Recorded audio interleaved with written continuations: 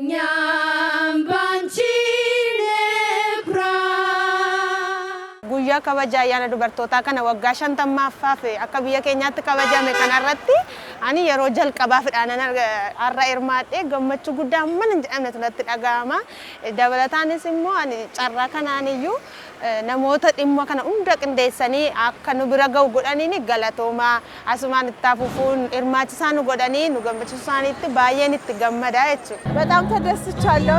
Baay'ee natti toleera. Guyyaan dubartootaa sadarkaa magaalaatti xiyyeeffannoo argatee akkasitti kabajamuu isaaf ittiin boona. Dubartiin haadha, dubartiin maatiidha. Akkasumallee mucaa ofiiti. Dubartootaaf kabajni akkasii laatamuun bu'aa jijjiiramaa kanaati. Gammachuu guddaan natti dhaga'ame akka kootti dubartoota kan ta'an naannoo koo kan jiran mana barnootaa korra kan jiran daa'imman dubartoota sassaabbadhee dhufee baay'ee fiigicha addaa kan namatti tolu fiigaa turree baay'een gammadee baay'ee namatti tola.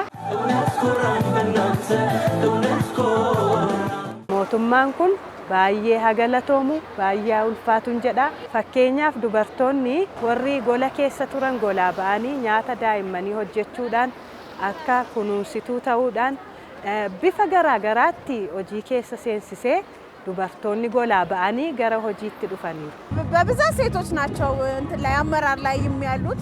Yeroo ammaa kana dubartoonni hedduun hojii mootummaa hoogganaa jiru. Fakkeenyaaf magaalaa Finfinneetti aanaarraa hanga sadarkaa olaanootti dubartoonni bakka ijoo hoogganaa jiru. Kun dhaloota dhufuuf hamilee guddaadha. Miiranii danda'amaa jedhu nu keessatti uumeera. Akka biyya keenyaatti dubartiin yeroo duraan ture sanattis galaa hidhuudhaanii waan hundaan dubartiin jirra jedhanii waan hunda qindeessanii biratti argamuun isaanii nu kakaasa. Har'allee onneen keessatti uume wanta jiru biyya keenya bira dhaabanne waan hojjechuu qabnu misooma irratti ta'ee duula irratti ta'ee waan hundaanuu jirra jennee dhaabannee agarsiisuudhaaf carraa nu uumee jira jechuudha.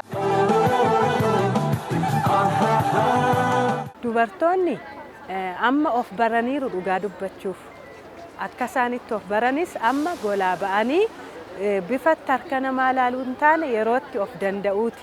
Of dandeenya jedhanii kan isaan ittiin deemanidha jechuudha. Fakkeenyaaf mana keessa kan ture of danda'ee hojii mataasaa uummatee iddoo garaagaraatti waamamee hojii hojjetachaa jira. የፈጠራ አቅም ያላት ነች ሴት ልጅ yeroo ammaa kana dubartiin dandeettii kalaqaa qabdu carra qabeettidha. Dandeettii ishee qabattee gabaatti bahuun haadha qabeenyaa ta'aa jirti. Carraan hojii hedduu waan uumamee jiruuf dubartoonni bahanii hojjechuun ofii fi maatii isaanii akkasumas biyya isaanii jijjiiraa jiru. Yeroon keessa jirru kun yeroo dubartootaaf carraa hedduun banamanidha. Harka tokko bichaa eeguutu hin taane hojii dhuunfaa isaaniis ta'uu hojii mootummaas ta'uu waa meeqa hojjechuudhaani waan hundaa mijaa'aa fi guutuu of taasisuudhaaf hojjechuu qabu.